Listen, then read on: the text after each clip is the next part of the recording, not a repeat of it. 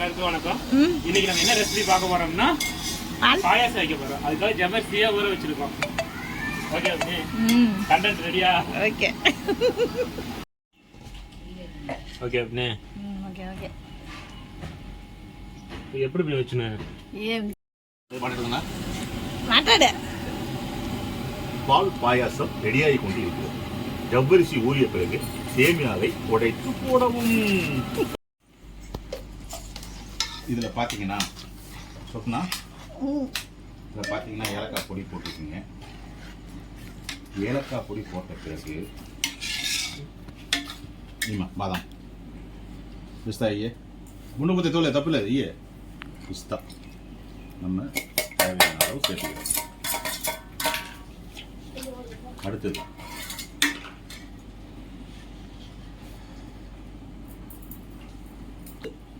பிஸ்தா,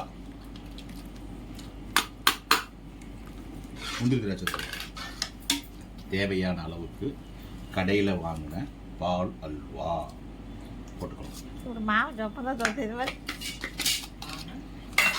இந்த பால் அல்வாவை போட்டு இது கூட நம்ம கலக்கிக்கிறோம்.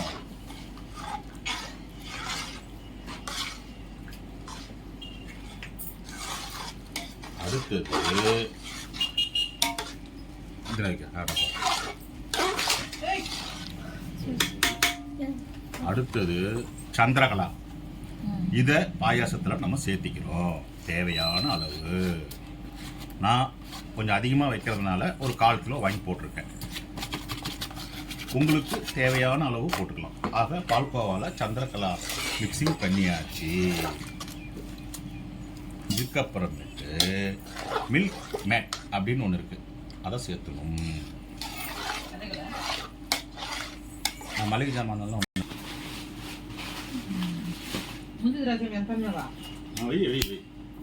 அது மாற்றி சூடு ஒரு 50-20 கிராம் மாதிரி எடுத்து விட்டுவோம். கலக்கலாம். ஒரு ஸ்பூன் எடுத்துட்டா ஒரு ஸ்பூன்.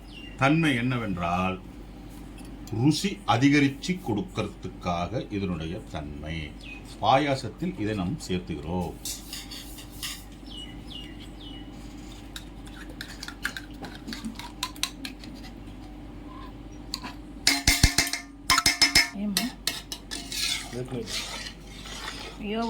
திராட்சை நெய்யில் வறுத்தி போடப்பட்டது.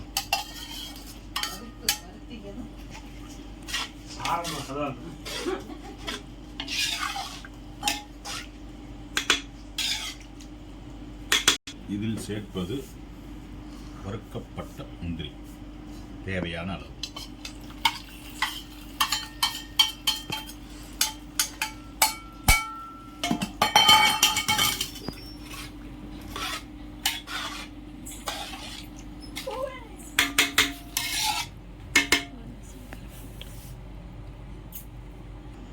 இது எல்லாம் சேர்த்திய பிறகு தேவையான பால்.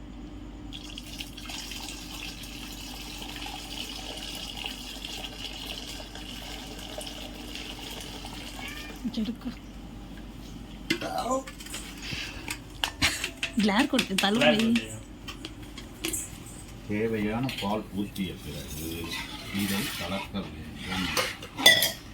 நினைச்சு பாதாம் பவுடர் சேர்க்கல.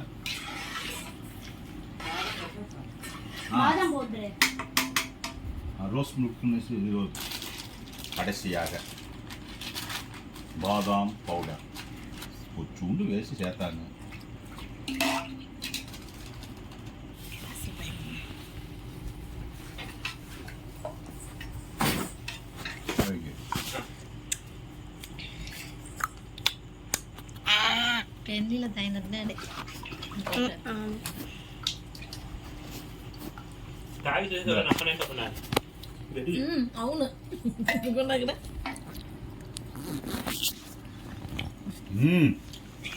சூப்பர்